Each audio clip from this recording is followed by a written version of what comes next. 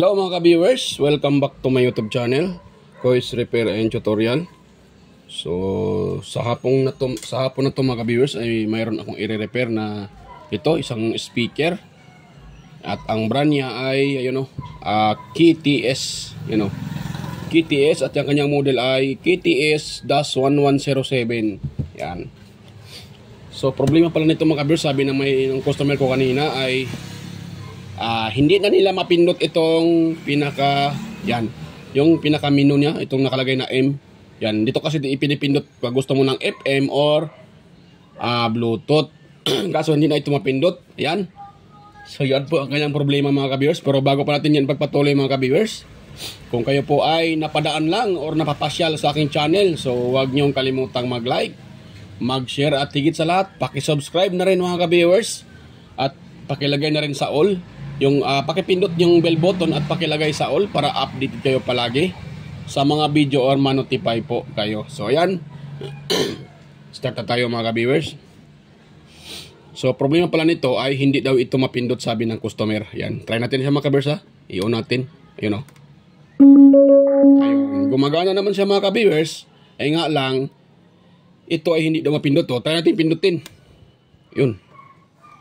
Yun. Hindi talaga siya mapindot mga ka-viewers. Kahit anong pindot, wala na o. Yan. Nakasit sa Bluetooth. Dapat to pag ginaganon mo, nag-FM yan. Nag-change yung kanyang display. FM or auxiliary. Ayan. Kaso wala siyang, yan, hindi nag-change. So yan po ang ating, mga ka-viewers, ayan po ang aking i-repair. So unang-una, kuha muna ako ng, siyempre, flat star screw na maliit.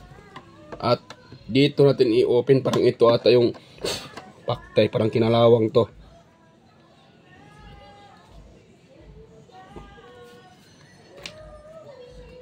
Yan, kinalawang mga viewers ha. Paktay ako nito. Baka mahirapan pa ako na itong i-open to. Kagwang to. Hindi siya ma-open mga viewers. Dahil kinalawang. Yan, kalawang na talaga siya mga viewers. At kailangan itong pupok-pukin. Yun.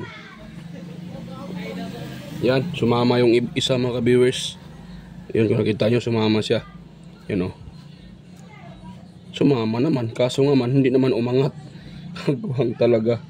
Sumama nga siya nga lang, hindi umangat. So itong isa, papukpukin natin to. Tignan natin baka sumama din to. Yun.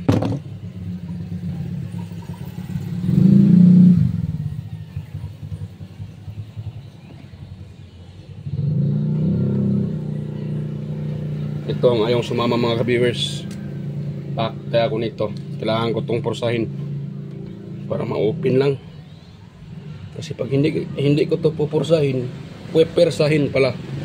Puwersahin. So hindi ko ito matanggal. Kagawang to.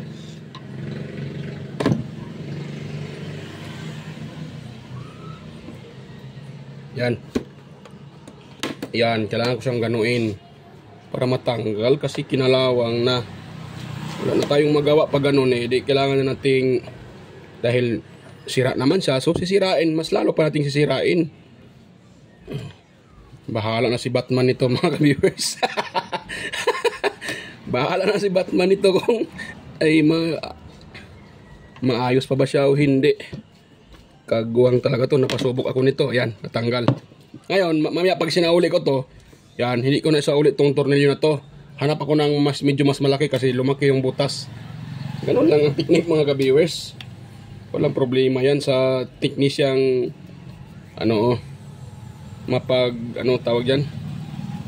mapaghanap ng ideya. Kung susukuan natin to, hindi simple, hindi natin to marirepair. Yun, sana ba yung yun? Yun pala tuklap. Kaya pala siya mga ka-viewers, yan tuklap.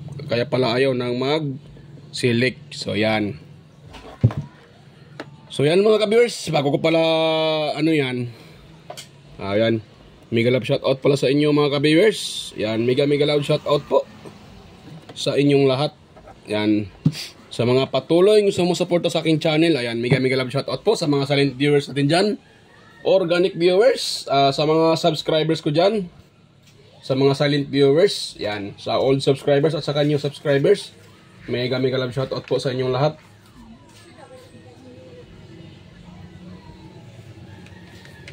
So, yan, at sa mga nagko-comment sa aking channel, mega love shoutout po sa mga palaging nagko-comment. Ayan, yan. So, si Sir John Santiano. Yan. Mega love shoutout po, Sir John Santiano. Sir Alex Parone, Sir Randy Trinidad. Yan, mega love shoutout po. Sir Ryan De Leon. Sir Toxic Gaming. Yan. Or si Sir Nelson Timon. Or meron siyang bagong channel ngayon na si Nelt Vlog. Yan, mega love shoutout po, idol. Nelt Vlog. So yan, si Sir Florindo Isidro, mega love shoutout po Sir Florindo Isidro. John Mercado Jr., Meridale. Sir Manuel Mahadukon, ayan, mega love shoutout po Sir. Sir Manuel Mahadukon. Sir Ferdinand Lopez, ayan, mega love shoutout po Sir Ferdinand Lopez. Sir N. Mardison, Sir Edgardo Jr. Dato, Talavera. Sir Edgar Macam, at saka si Sir Vicente Bibuso Bandiquillo na may channel na si Idol Inteng 63 Vlog. Ayan, mega love shoutout po. Si Sir Reynaldo Macasiano ng GMA Cavite. Sir Binjan Calderon. Sir Binjan Calderon, mega love shoutout po Sir. Salamat po sa patuloy niyong panonood sa aking mga video, Sir Jan Calderon. At sana po i-comment nyo Sir Jan kung taga saan po kayo para ma-mention ko po kung taga saan po kayo. At ganon din si Sir Ferdy Ringquillo. Ayan. Mega love shoutout po Sir Ferdy Ringquillo. Ayan. At ganon din sa aking mga kaibigan sa YT na si Horseshoe TV, Bullet Train Channel, sila si White Perry, si Andy Tech, Andy Rabino TV Tech, Inting Butingting, Andy Rabino to, Maya Vlogs, TLE Teacher, West Jojo Tech, Ricardo Bernardo, Pix and Review, Yoda Tech TV, June P Technician, Rodolfo Studio, Yoyong's Repair and Tutorial, Tactics PH Official, Tons Bahay Vlog, Jimenez Iban Vlog, Philam Country Living, GOG's TV, ayan. Tsaka si Loads Horseshoe TV, White Pirik, parang tapos na agad to Soktik TV, Kerry Mendoza Vlogger, Chris Perez Vlog, Rowell San Andres, Edstech TV, GFC TV.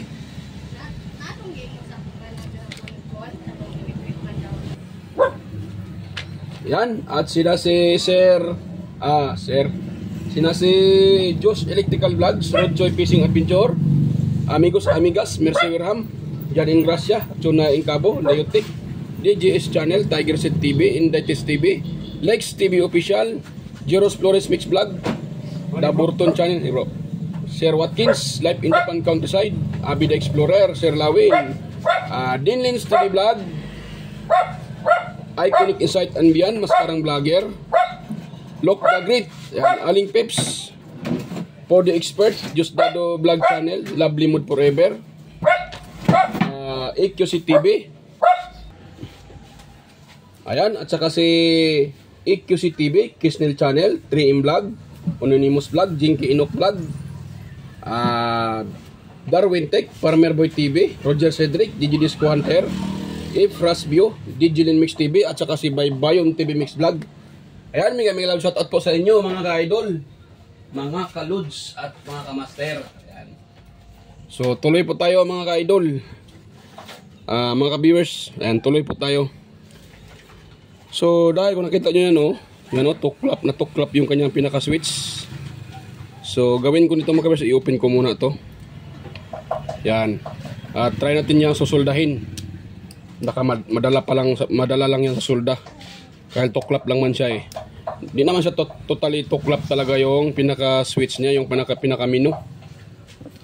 Siguro napuwersa to ng siguro ng inano ng customer, siguro napuwersa kaya natuklap yung pinaka niya, yung pinaka selector switch. Yan. So, tanggalin ko lang muna mga ka-viewers. Yun. Ayun. Ayan siya mga ka-viewers. Tuklap na tuklap. Ay, sa huli ko muna. Yan, tapos hinangan ko to uli yung pinaka-side niya. Natanggal kasi yung pinaka-ground niya mga ka-viewers. Kaya, nga pala, bago po, mayroon akong tips sa inyo mga ka-viewers. Bago po kayo magsauli ng tulad ng ganito na natuklap, or kahit mag-repair kayo ng speaker, siguraduhin nyo munang tanggal na yung connection ng baterya. Tulad dito, may laman pa yung baterya. Ay baka po ay ma-short yung mga component dyan, yung mga pin.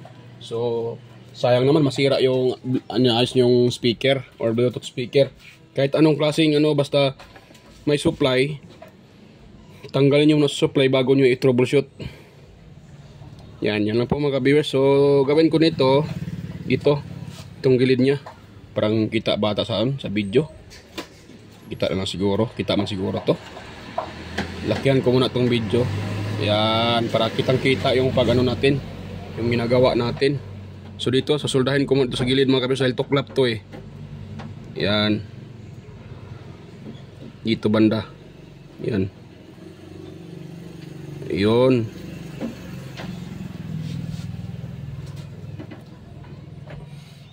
Yun. Solda ko na siya mga ka-viewers. Yan, pati dito din sa kabila. Dito banda oh. Dito, susoldahin din natin. Dito. Yan. Parang hirap pa. Masikip. Yan, hirap talaga maging technician mga ka-viewers.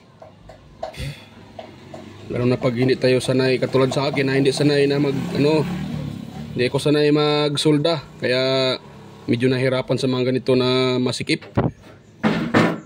Yan, so dito din sa kabila mga ka-viewers, susoldahin din natin para hindi yan matuklap. Dapat makapal yung pagkasolda natin dyan. At kunting ingat lang, baka didikit yun sa mga ibang component yung pagkasolda nito na nadikitan ko yung isang resistor. Yan. Yan. Tanggal na sa pagkahinang. So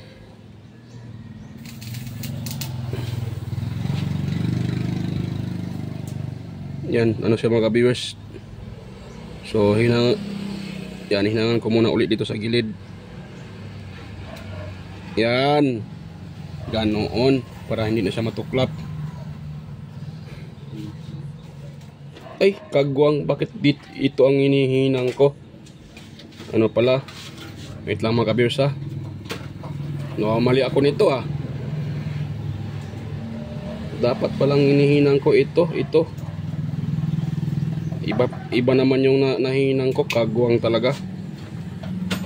Dapat ito yung hinangin, hindi yung charging IC. Pasensya na mga ka-viewers, mali pa ako sa paghinang. So ang nahinang ko naman ay charging IC. Ito, bakit yan ang hinihinang ko? Dito naman ang sira. Nakagwang na. Namali pa ako. Yan.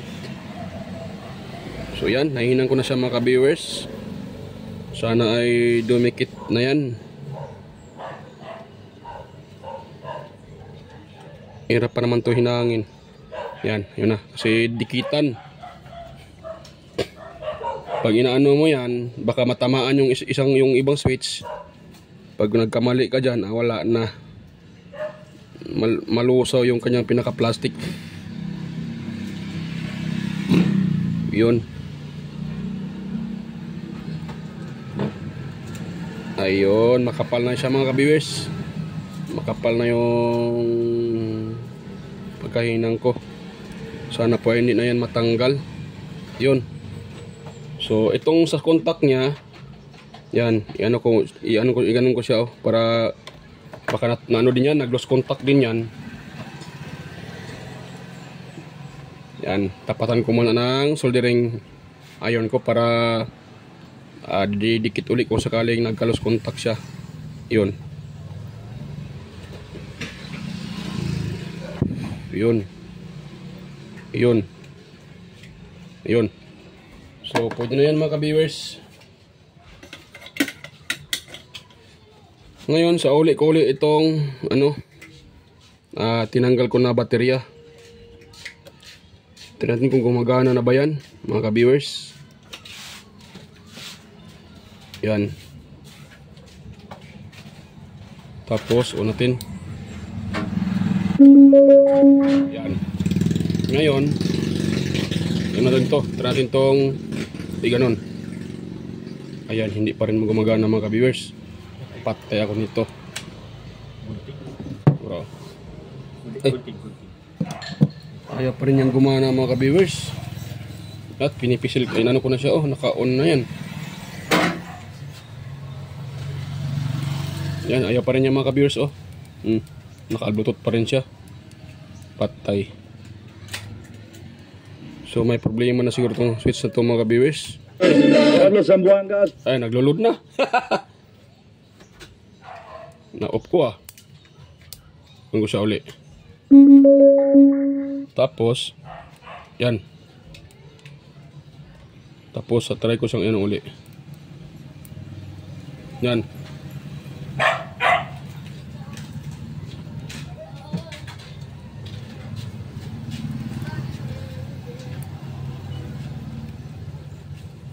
Afternoon. Yan, gumagana siya, mga viewers. Pero kailangan mo pa siyang wait lang, gumagana na pala. Auxiliary. Yan. Load. Bluetooth. Tapos FM. Okay na, mga ka-viewers. Yan, gumagana na. Yan. Okay na, mga ka-viewers, yun lang. Solda lang palang katapat niya. Kailangan lang pala yung soldahin kasi natuklap. Okay na. Kaya na, hindi gumagana yun kahit ano mo. Yan. So, ko siya uli. Kailangan na palang diinan mo ng maigi kasi pag hindi mo diniinan, kaya na kahit hindi mo siya didiinan. Siguro baka ito siguro ay natuklap dahil minsan gumagana, minsan hindi. Yan.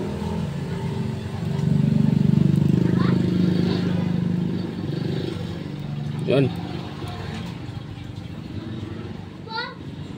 Gumagana minsan, gumagana minsan naman hindi. Try ko muna mga kabisa, i-test tong kanyang pinaka Yan. Try ko muna i-test yung pinaka niya. Pinaka switch niya, yung toggle switch kung may function ba. Kasi gumagana minsan hindi. Wala akong choice nito ngayon. Kung di, lagyan itong ibang toggle switch. Pag hindi pa rin gumagana man siya minsan naman hindi. Yan, so nakabaser tayo, mga ka-viewers. Yan, nakabaser. Yan po. So ngayon itong test prod ko, yan itong dalawang test prod ko, yung test probe. Ngayon try ko tong tusukin. Tapos iganon siya Ayan, hindi talaga Yan, hindi nagbabaser yung aking tester. Yan. Yan, gumagana minsan naman hindi.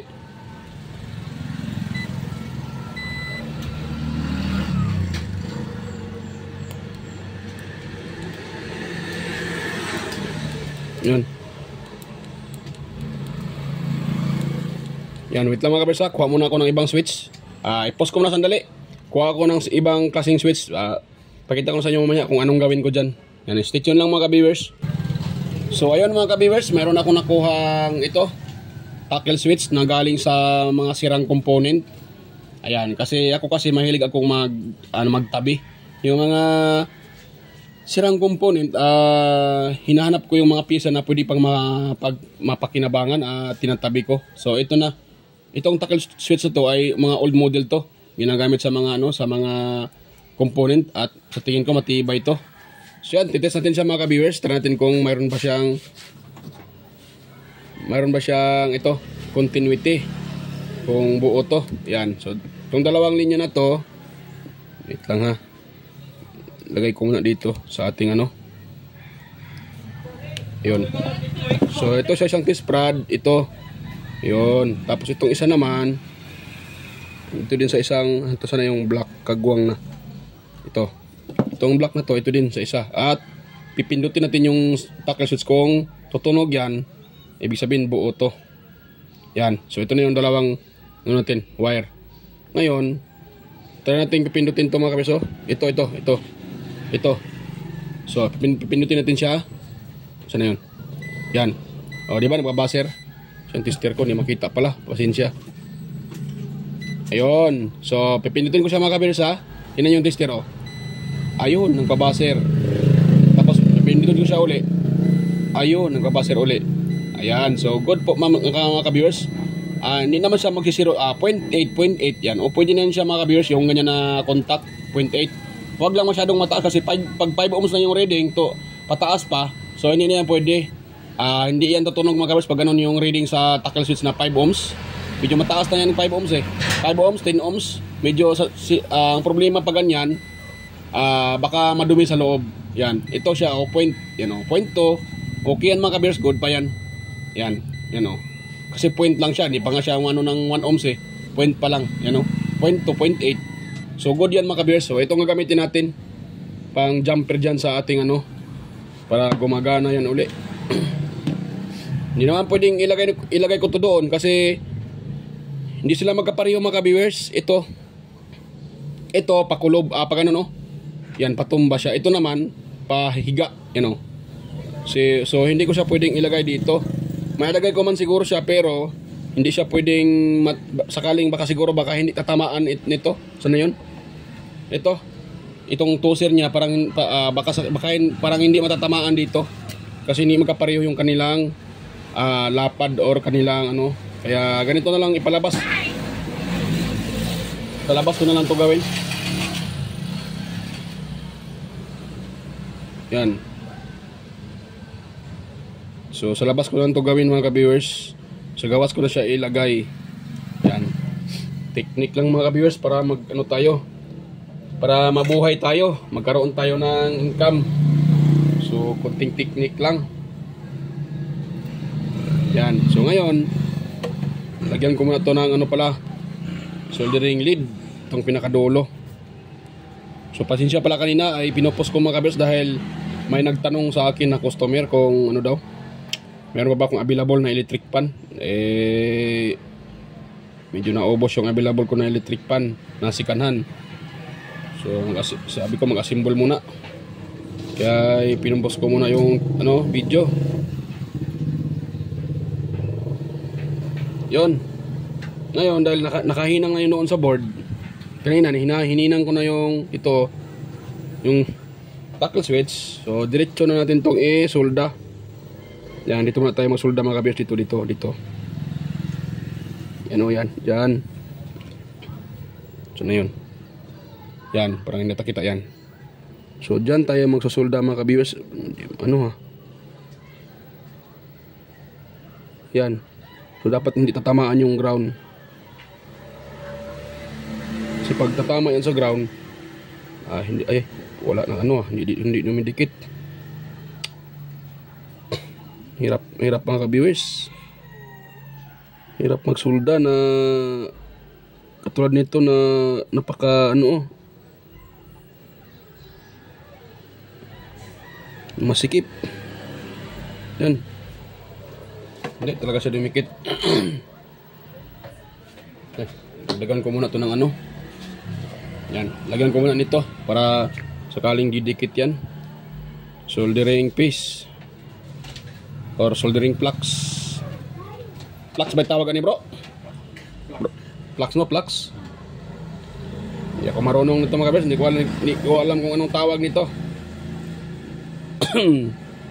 Hindi naman tayo hindi naman ako talaga marunong sa mga bagay-bagay. So mayroon lang tayong kunting alam lang. Hirap naman na magmamarunong tayo na hindi naman tayo marunong. Kaya kung anong mayroon tayo, tanggapin natin na hanggang dyan lang tayo. Yan.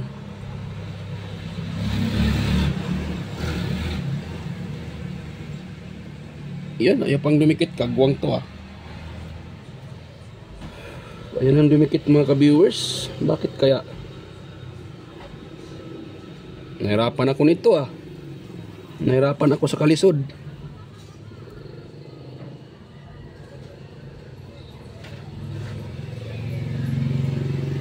Yan. Ayun. Siya ron, di ka pa didikit niyan. Kagwang ka. Yan. Dito naman sa isa mga ka-viewers. Ito tayo sa kabila. Kabila. Ayan. Hirap. Tapos ano natin to. Ikano natin konti. Para tatama talaga sa kontak. Hirap magsulda mga ka-viewers. Lalo na pag walang insaktong gamit katulad ko. Kaya medyo hirap. Yun. So na dumikit na. Yan, dumikit na nga siya. Kaso parang natamaan nata yung ground. Wala. Yan. So, try natin. Try natin isa uli yung supply. Yan. So, ganun siya mga kabis. Yun, yung baterya. Sa uli natin. Yan, pa-power. Uli. Yun. Tapos, ito. Try ko tong pisilin. Yun. Yan, okay na mga viewers. Yan. Yan, ilulod. Ayun, auxiliary. Tapos, ipopos ko to uli. Ayun, naglo-loading. Tapos, ano nakalagay dyan? Bluetooth. Tapos, ipopos ko siya uli. Loading. Yan, FM. Yan, loading. So, good na mga viewers. Gumagana yung ano ko. DIY ko. So, yan. Gumagana na mga ka-viewers. Yan. So, yan ako mo ito mga ka-viewers. Ano ko mo ito mga ka-viewers ha. I-assemble ko muna siya. So, na, libre na merinda ni mo de bro. Libre na bro. Yawat na magkapalitag. Bila ko libre na bro ba kay. Yan. So isa uli ko muna tong kanyang ano mga viewers dito.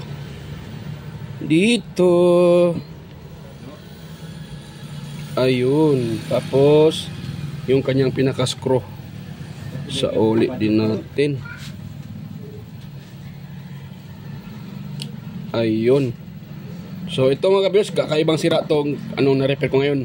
Kadalasan kasi sa mga Bluetooth speaker ang nasisira yung charging IC, minsan namang saan mag-charge, charging port. Pero ito naman kanyang kanyang button, tawag nito, toggle switch or button switch sa kanyang menu. Yan. Yun naman ang nasira.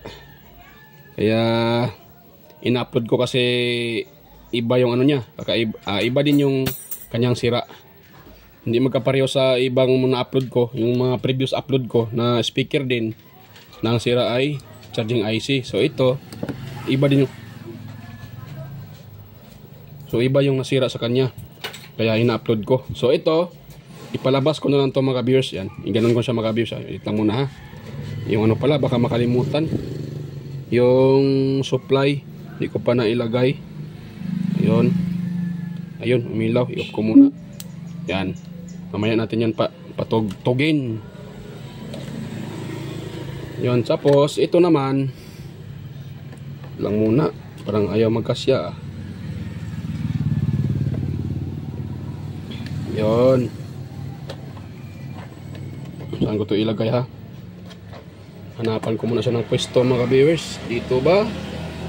Yan. Dyan ba? Or dito ba banda sa taas? Pwede din. Pero mahaba. So hanap ako ng pwesto mga viewers ha. Ito na lang siguro.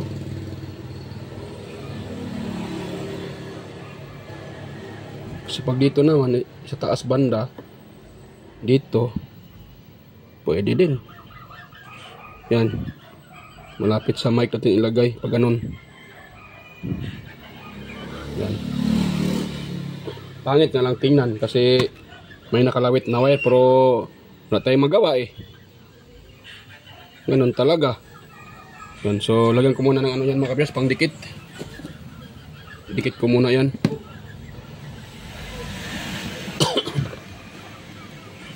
Yan.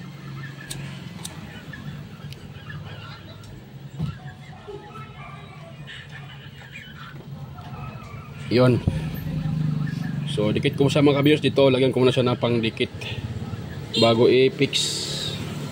Yan. Pangit nga sa tingnan mga kabiers kasi nakalawit yung mga wire at saka yung itong switch na to, pero isa na itong paraan mga kabiers na para ma-repair natin, ma-repair ko siya. Eh kung sa meron kayong sa mga ano ko diyan sa mga ayan, sa mga katulad kong technician, kung mayroon kayong idea mga kabiers, pwede nyo ding i-comment dyan sa comment section para mayroon na akong idea.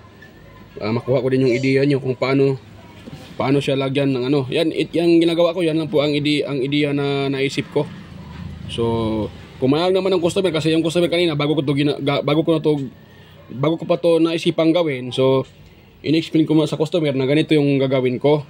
Na lagyan ko dito ng panibagong tackle switch dahil wala akong available na katulad nitong tackle switch niya kasi sira eh. So, pumayag naman yung may-ari. Yan, depende lang kasi yan sa ano ng may-ari eh. Kung pumayag yung may-ari, was okay. Yan. So, idea lang ko lang din yan kasi mga ka-viewers.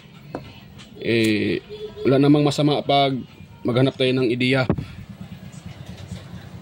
Kasi lahat tayo, mayroon tayong ibang-ibang teknik eh, ibang-ibang idea. Lalo na sa mga technician. So, yung mga technician na katulad ko rin, so mayroon iba-iba din yung ating teknik. Kaya comment lang dyan sa mga katulad kong technician kung mayroon kayong idea. Tulad din sa mga master ko dyan. Ayan. Ayan, pa-comment na lang mga master kung mayroon kayong idea sa ganito. Kung sakaling walang makuhang kapareho ng ganito na tackle switch. So itong ginamit ko ay tackle switch yan ng component. Yan. So marami naman akong available na ganito.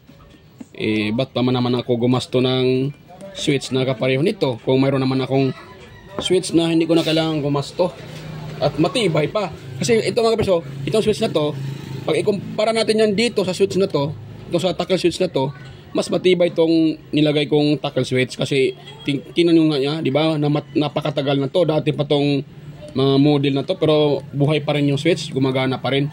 Kaya masasabi ko na matibay talaga siya. Yan, so hanap po na ako ng medyo malaki-laki na screw. Yan. So ito na yung gagamitin ko mga kabers. Kung nakita nyo kanina, maliit yung screw at kinuklap ko na siya. Ito medyo malaki. So pag ito ang nilagay ko, sigurado maglalak yan kasi malaki.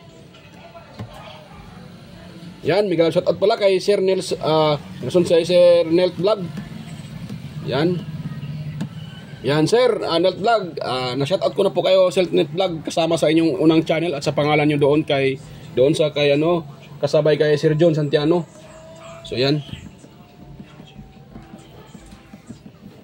So ayun. Ayun. Diba? O, diba? Gumana yung idea ko na lagyan ko siya ng ibang malaking screw. Yan, dumikit siya uli.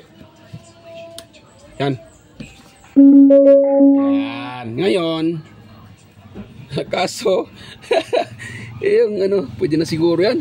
Hindi ko na itulak ng mayos. Yan, baka magalit yung may-ari. Yan ko muna. Kagwang talaga. Hindi ko na itulak ng maayos yung yung sa display. Kaya hindi masyadong makita yung pangalan. Yan yung Bluetooth. Hindi masyadong makita yung Bluetooth. Nandoon siya banda pa nakausog pala. Yan, nakausad.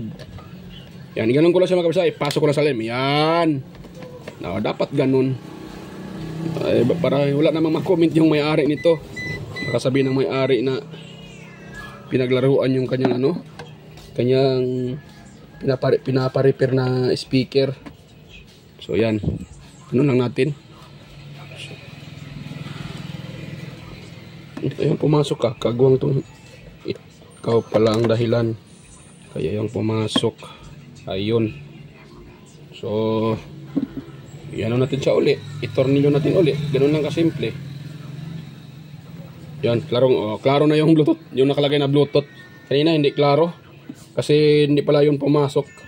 Nakalabas, nakausli. Tinulak ko lang siya. Ay, okay na siya. Yan, pati dito mga ka-viewers, inano natin. Natin ng screw.